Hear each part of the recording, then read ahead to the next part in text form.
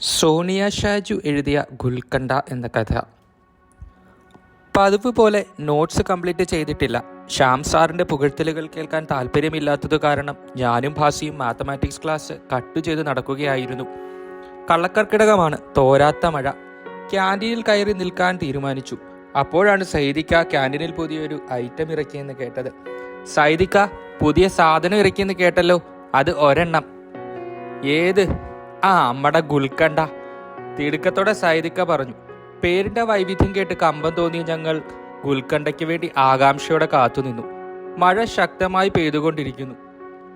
2 വർഷമായി പിന്നാലെ നടന്നിട്ടും ഒരു നോക്കുപോലും തിരിഞ്ഞു നോക്കാത്ത ഇസയുടെ FB പിക്സ് നോക്കണ തിരക്കിലായിരുന്നു ഭാസി.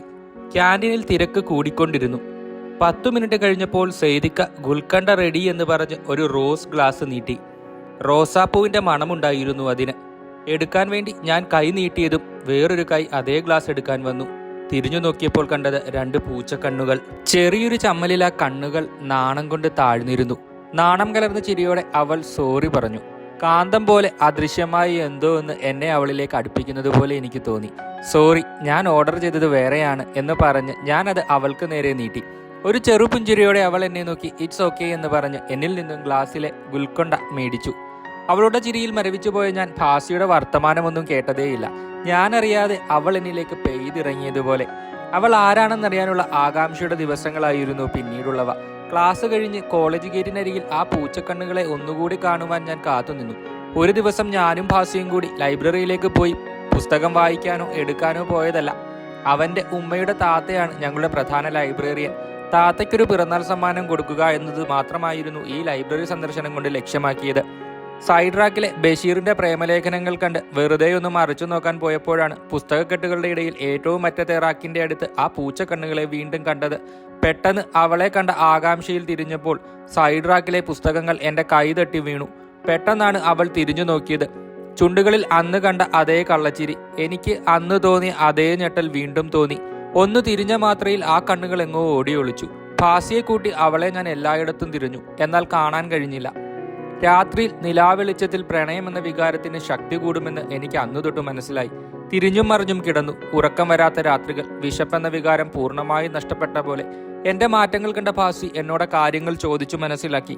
1 മണിക്കൂർ എടുത്തിട്ടും ഇന്റഗ്രേഷൻ പൂർത്തിയാക്കാൻ പറ്റാത്ത അവന്റെ മണ്ടയിൽ സെക്കൻഡുകൾക്കകമാണ് ഇതിനുള്ള പരിഹാരം ഉദിച്ചത്. ഈ പ്രപഞ്ചത്തിൽ എന്തോ അസാധാരണമായ ഒന്ന് കണ്ടുപിടിച്ച ഭാവത്തോടെ അവൻ പറഞ്ഞു, പ്രഭ.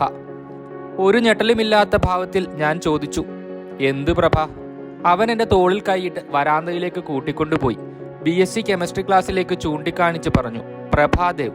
എൻ്റെ സ്കൂളിൽ പഠിച്ചതാ. അവളോട് പറഞ്ഞാൽ എന്തെങ്കിലും വഴി പറഞ്ഞു തരാണ്ടിരിക്കില്ല. പ്രതീക്ഷയോടെ ഞാൻ അവനെ നോക്കി. പ്രഭയുടെ കാര്യങ്ങൾ പറഞ്ഞ് പിറ്റേ ദിവസം തന്നെ അവളെ കണ്ടുപിടിച്ചു.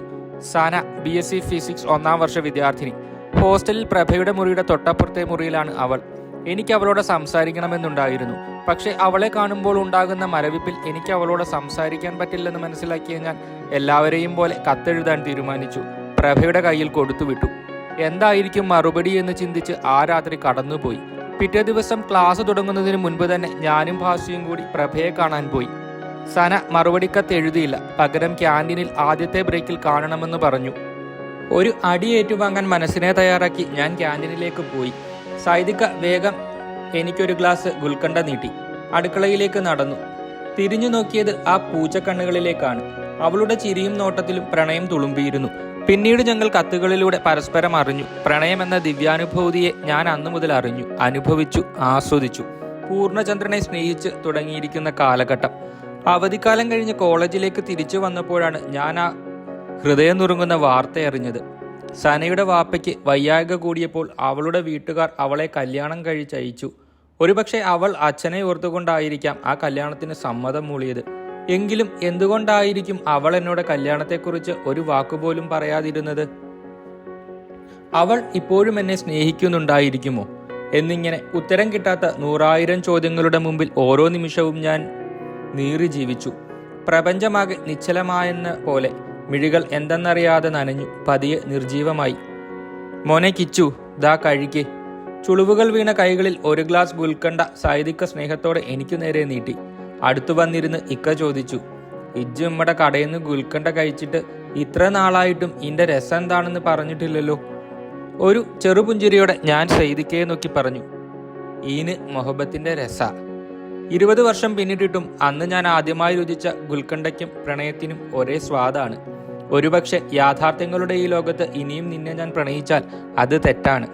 എന്നാൽ ജാതിക്കും മതത്തിനും ബന്ധനങ്ങൾക്കും മറ്റും പുറമോടികൾക്കൊന്നിനും സ്ഥാനമില്ലാത്ത മിഥ്യയുടെ ഈ ലോകത്ത് സന, നിന്നെ ഞാൻ ഇന്നും പ്രണയിച്ചുകൊണ്ടിരിക്കുകയാണ്.